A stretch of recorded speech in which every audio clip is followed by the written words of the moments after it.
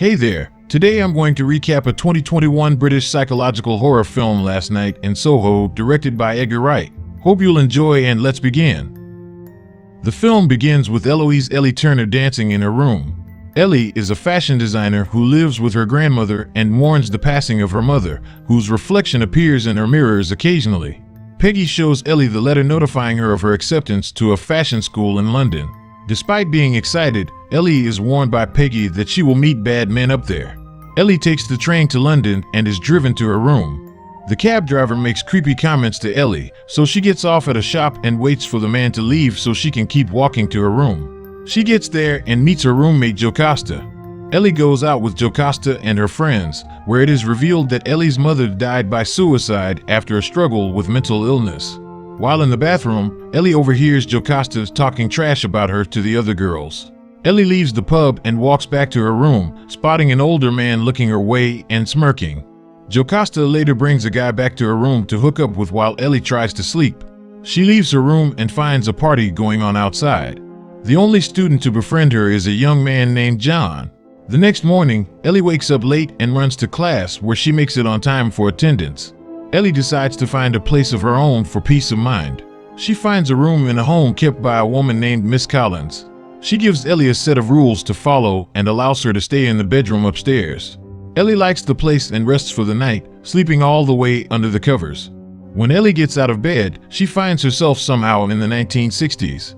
She walks into a venue called Café de Paris and sees her reflection as another young woman named Sandy. Ellie follows Sandy as though she is there watching everything unfold. Sandy wants to be a singer at the venue but is met with unwanted attention by a surly patron.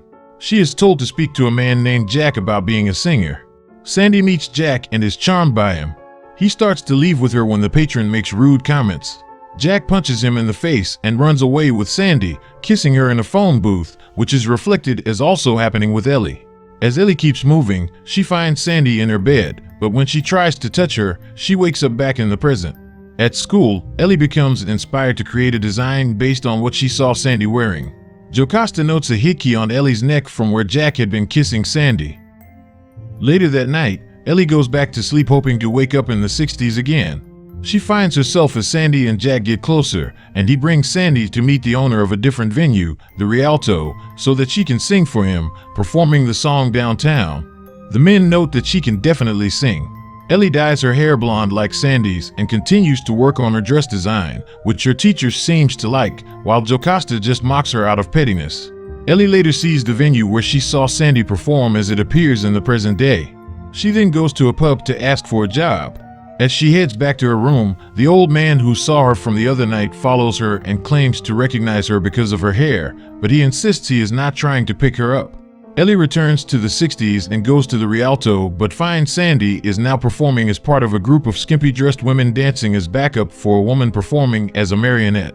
As Ellie follows Sandy around a little more, she sees that Jack is more abusive and is telling her that she has to make certain men happy if she wants to make it in the music business. Ellie sees Sandy in the bedroom as a lecherous man approaches her with his pants off. Ellie screams at the man to not touch Sandy, and he appears to hear her, but Ellie wakes up. The experience causes Ellie to rip up the pink dress design she originally drew in class. Ellie continues to get through work and school. In her next trip to the 60s, she sees that Sandy is becoming more jaded and unhappy as Jack has forced her into prostitution, and she must service a barrage of horrible men, while she also develops a drug and alcohol problem. She uses fake names like Alex, Lexi, or Anna. Only one man does not take advantage of her and is polite and charming to her. Sandy talks down about herself while Ellie tries to get her attention through the mirror. She manages to smash through the glass and grab Sandy, but she wakes up. John sees that Ellie is looking a bit unwell, so he invites her out to a Halloween party. Jocasta and her friends see them together and give them drinks. They all start dancing, but in the middle of things, Ellie hallucinates seeing ghoulish visions of the men who took advantage of Sandy, as well as Sandy herself dancing alone. John takes Ellie home when he sees her looking bad. They start to kiss and go to her room for intimacy, but Ellie looks up and sees the ceiling mirror showing Jack attacking Sandy. Ellie starts yelling at him to get off her. She then appears to see Jack stabbing Sandy to death.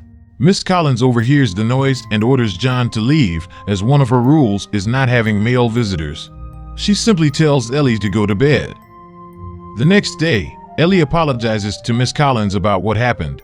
She asks her if anyone died in her room, but Miss Collins is dodgy about it. Later, Ellie goes to the library to look up murders in the 60s. She begins to hallucinate the ghost men following her around the library, nearly leading her to stab Jocasta in the face with a pair of scissors. John runs after Jocasta to explain things while Ellie leaves in a panic. She runs to the police station to report the murder, now believing that the old man is Jack and that he got away with killing Sandy, but the detectives know she has little to go off of. Ellie arrives late for work and finds that the old man is waiting for her. She takes out her phone to try and record a confession out of him, but when she brings up Sandy, the man says Alex killed Sandy and that whatever happened to her was something she got herself into. Ellie runs after the man, but he gets hit by a car on the street and dies. Ellie's boss tells someone to call for help and say he's a former cop named Lindsay. Ellie realizes the man is not Jack, but rather the gentleman who was polite with her and didn't sleep with her. Ellie returns home and makes plans to return home with her grandmother. Miss Collins gives Ellie tea and her mail. One letter is addressed to Miss Collins, revealing her name to be Alexandra, which is what Sandy told Jack her name was short for. Miss Collins reveals that someone did die in Ellie's room, her. She was Sandy. After enduring all the abuse in her life, she let her life as Sandy die when she stabbed Jack to death. She later got revenge on all the men who abused her by murdering them. Miss Collins then reveals that she poisoned Ellie's tea and will make it look like a suicide. John then comes looking for Ellie, who regains enough strength to warn John to run. Miss Collins stabs him while Ellie tries to run upstairs, seeing the younger Sandy attacking her. Downstairs, a fire starts and begins spreading. Ellie locks herself in a room where the spirits of Sandy's victims break through the floors and walls, begging Ellie to kill Miss Collins. When she finally breaks in, she sees her reflection as Sandy and realizes she has become just as much of a monster as the men who hurt her. She tries to slit her throat, but Ellie stops her and tries to help her. Miss Collins chooses to stay and die in the fire while letting Ellie go. Ellie gets John out of there as medics arrive, and Miss Collins allows the flames to consume her.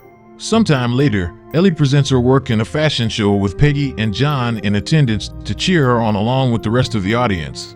Her teacher congratulates her, as do the other girls, but Jocasta remains a petty, and she once again sees her mother's reflection smiling at BR. As Peggy and John come to congratulate her, Ellie sees Sandy's reflection in the mirror waving at her. So, that's all about the movie Last Night in Soho, and I'll see you in the next video.